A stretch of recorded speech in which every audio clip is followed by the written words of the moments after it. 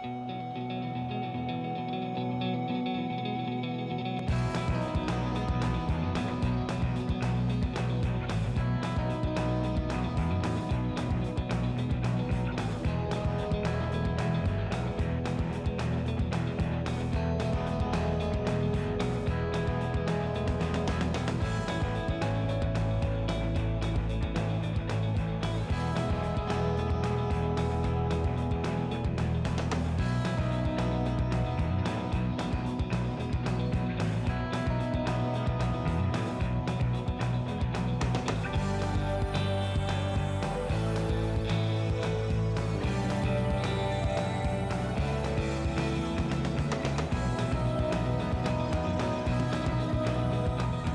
the Oklahoma Department of Wildlife Conservation, Outdoor Oklahoma.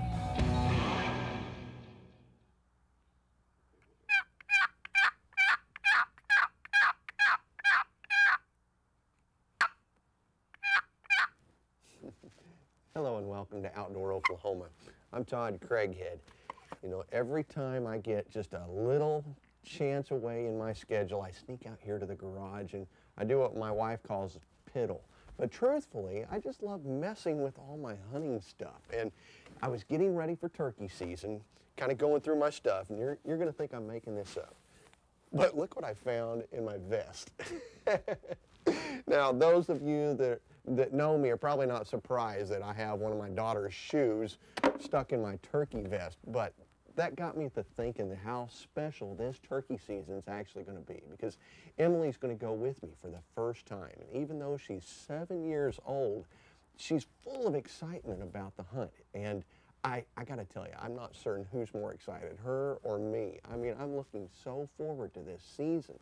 And, you know, messing with my turkey stuff out here and kind of getting my stuff ready got me to thinking that there's a lot that I take for granted when it comes to turkey hunting, but there's a lot that Emily's going to have to learn for the first time. The fundamentals of just simply being still and total camouflage, head to toe, and listening and moving at the right time. And, you know, all those things that we as experienced turkey hunters take for granted. Yet, what's going to be exciting for me is that over the years, as hopefully Emily learns to love turkey hunting as much as I do, I will have the opportunity to pass down not only that passion for it, but all those things that make an experienced turkey hunter successful out in the woods.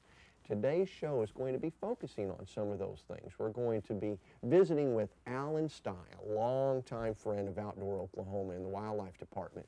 Alan is a previous turkey calling champ himself and has taught literally hundreds of people all the, not just fundamentals, but the specialized tips that make an accomplished turkey hunter. So we're going to be catching up with Alan today as he went out on a hunt, and we're actually going to kind of try to pry him away from the hunt a little bit and see if he can't let us look into the world of the experienced turkey hunter and learn a few extra tips to put in our vests this season.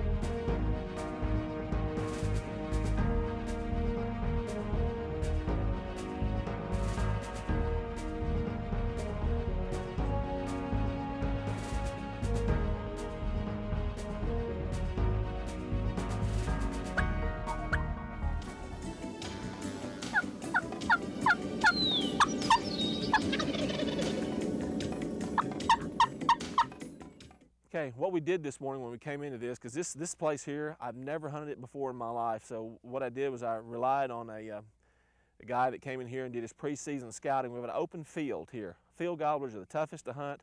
We've got creek bottoms over here to my left, creek bottoms over here to my right, timber, sparse timber in around the creek bottoms. And what we did is we set up our decoy set this morning to where we had one jake in the set and everything else was hens. And we set them up to where they look like a mature group of birds, okay? If it had been set up as immature birds, it had been head to tail, head to tail. But we staggered them out in parade formation. So we showed any gobbler that was coming from a distance that these are mature birds. Also, we had a boss gobbler right here, and we had her set up on a jerk string. And so when we called, we worked the jerk string, and sure enough, that gave us all the lifelike addition that we needed to this hunt and brought that big Rio Grande right on into us.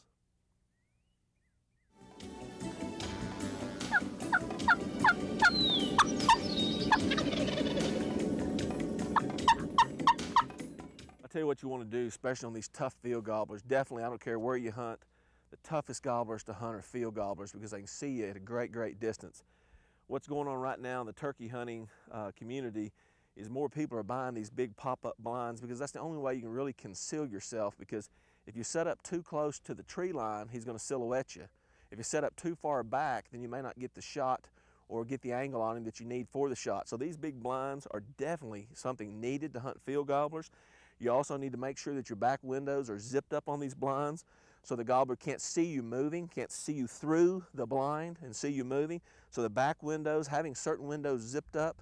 So you don't want all your windows down in your blind. You want to anticipate where he's going to come from. And if you don't know, my best guess would be the corners. And always have a back window down because you never know when one of them's going to backdoor you and come in.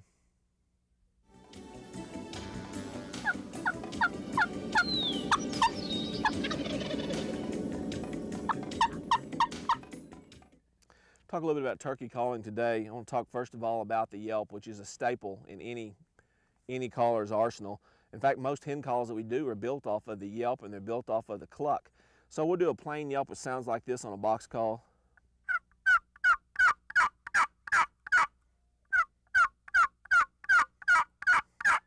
You can throw a nice cluck into that.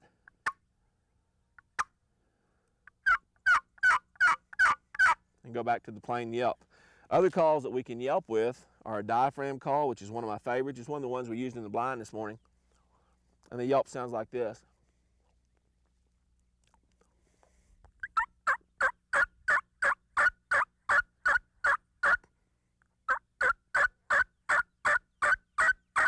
Now, if we want to tone that down, we can also tree call with it.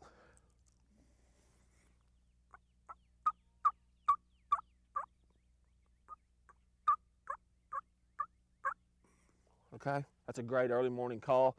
But on the tree call, I would probably use it more in the evening than I would in the morning, because again, that tom's expecting the hen to come to him. So we are reversing nature by calling the tom to us. But again, what I would recommend doing is work those birds a little bit right off the bat, get their attention and get them coming, okay? You don't have to call all the time. You don't have to call every time that a turkey gobbles. In fact, you'll be more successful if you'll put some spacing in there and not call every time, okay?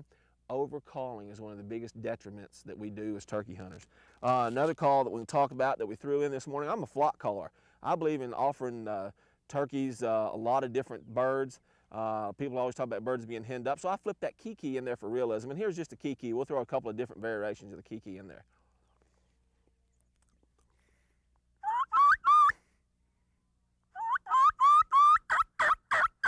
We just had a bird gobble right down the fence row here at the calling. Here we go again if we don't get run off.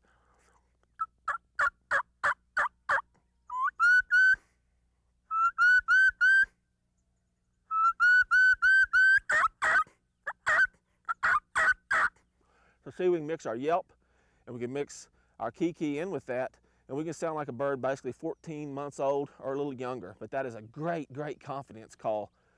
Very, very real. Big gobblers believe in it. Jakes believe in it, hens come to it, all around great call. Even though say it's a fall call, it's a super spring call. Some other quick calls, again, that cutting, if the bird holds up on an open field or holds up inside of the timber and won't come in, that cutting. And that's all you need to do. You don't need to sit there and just cut and cut and cut. That's all you need to do, and put the call down, okay? Just a short amount of cutting will get great results for you. Also, when you've got a bird on an open field close and you're inside the blind, just use that purr.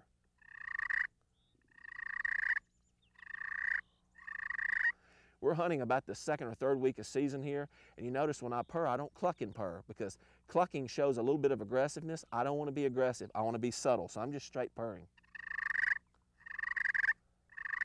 And with those calls right there, you just sparsely use those calls. If you've got a lot of wind, maybe with a glass type pot and peg call, what you want to do is call for 5 minutes and then wait for 25, 30 minutes.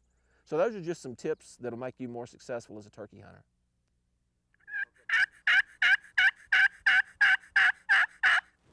We'll be back right after this week's Outdoor News Report.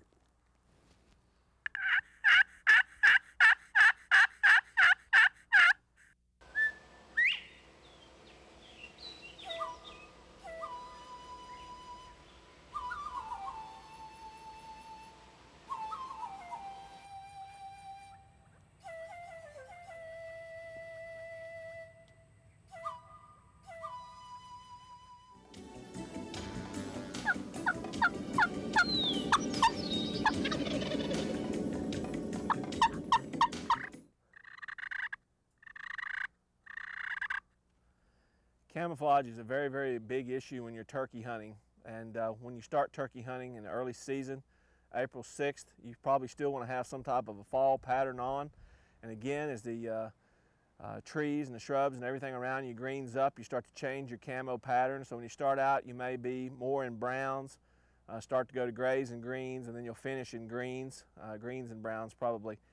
I recommend a ghillie suit or a bug suit. I recommend a separate set of clothes for turkey hunting than I do deer hunting, because you need lightweight stuff. You're going to be covering a lot of ground, carrying a lot of equipment, and you're going to get hot. And especially if you're in the Camouflage Mountains or somewhere like that, you're definitely going to get hot. So t-shirts, lightweight overalls, 3/4 length ghillie suits like this. I like the leaves that you can put on your hat because it helps break up your silhouette even more. And so things like that are important. Gloves, mesh gloves that breathe are important. I would also, recommend a thermocell for mosquitoes. So just keep in mind that you can always add clothing, but it's kind of hard to carry this heavyweight clothing around with you all day in the woods.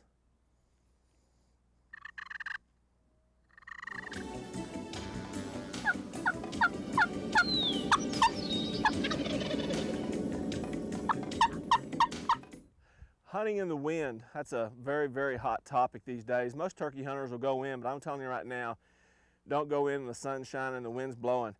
What you want to do is get a nice pot and peg call, and you want to use a glass or aluminum, something that's very high pitched. What I recommend is calling for maybe, the first time you call, maybe call for 2 minutes and call it a medium sound. In case you have any birds close, wait about 20 minutes, see if you hear any gobbles or see any birds. At that point, I would tell you to call anywhere from 4 to 5 minutes, yelping, cutting, clucking with this glass or aluminum call, pot and peg, and I would do that. And after I do that, anywhere from 4 to 5 minute series, I would be quiet for 25 to 30 minutes. Somewhere in that wind, you're going to hear what you think is a gobble. And it's not what you think is a gobble, it's a gobble, and he's going to respond. The problem is he has a hard time hearing you. Another thing you want to keep in mind when you're hunting in the wind is you want to have a great ported choke tube. With a ported choke tube, you can reach out there and you can get some birds at a distance. But again, whatever you shoot as far as distance in the wind, I would cut that in half. So if I know my gun's accurate at 50 yards, I'm probably going to cut down to 25 or 30 yards, just because the pattern displacement, even in a 10, 15 mile an hour wind, can be amazing. So again, this is what I would recommend for hunting in the wind.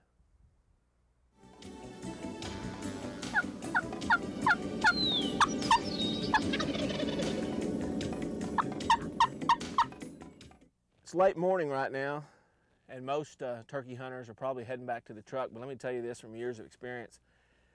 One of the greatest times, or what I call the second cycle in the morning hunt, starts about 10 o'clock. What I do is I normally hunt the roost side early in the morning up till about 9 o'clock at the latest. If I don't have anything between 9 and 9:30, that's when I make my move. Not to leave the woods, but to another spot. So by 10 o'clock, I'm set up. At probably from 10 to 3 o'clock is prime time. So don't go to the truck for a sandwich. Bring your lunch in with you. Eat it in the blind. Maybe open up a few more windows and let some more, wind come in, shed a few clothes in the blind. But stay out there. It's very, very critical that you're out there between 10 and 3, because that's when a lot of the big gobblers, hens, have left him, and he's gobbling and he's looking for other hens. And birds that, probably were not callable at roost time are very susceptible to the call right now. So you don't have to be an excellent caller. You just need to stay in the woods. You need to have confidence, persistence, and stay after these birds. And that's the great thing about Oklahoma turkey hunting. We get to hunt turkeys all day in this state. So stay after them, hunt hard, and hunt safe.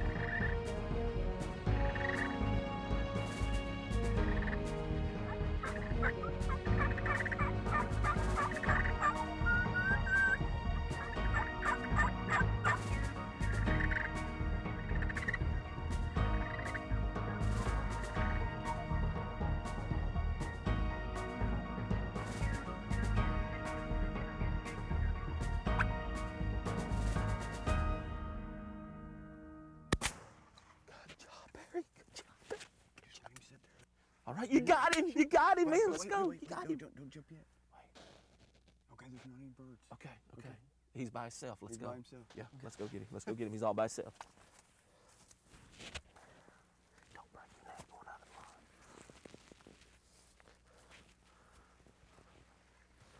Watch it get hung up underneath the string. There you go. Let's go. Let's go. You got him. Let's go. You got him.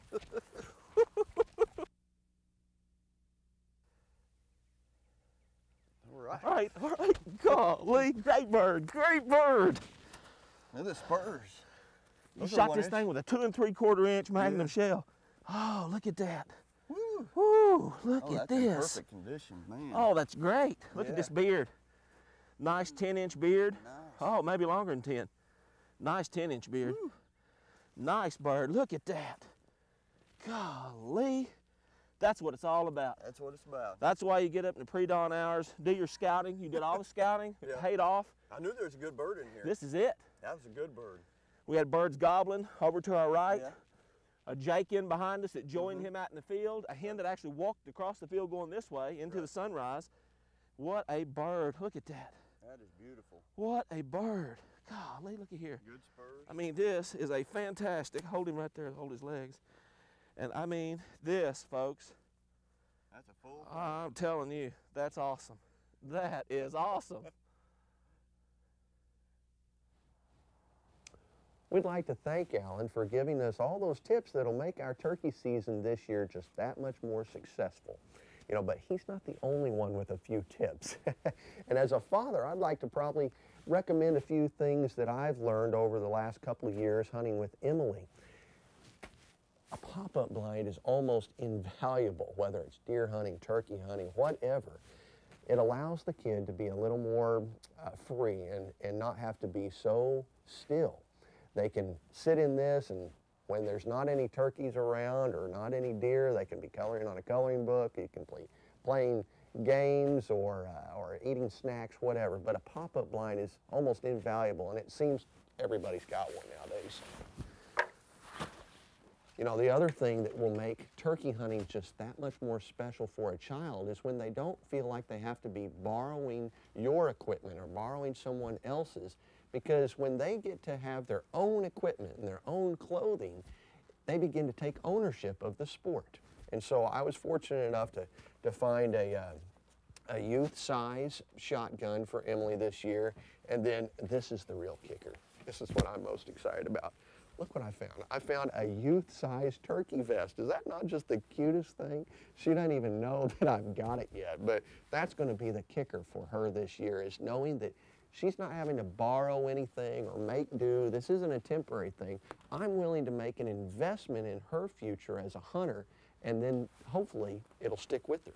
You know, the other thing that I'm reminded of on this vest is this removable orange flap. And teaching safety to your kids is so important. It's probably much more important than how to use a box call or anything else.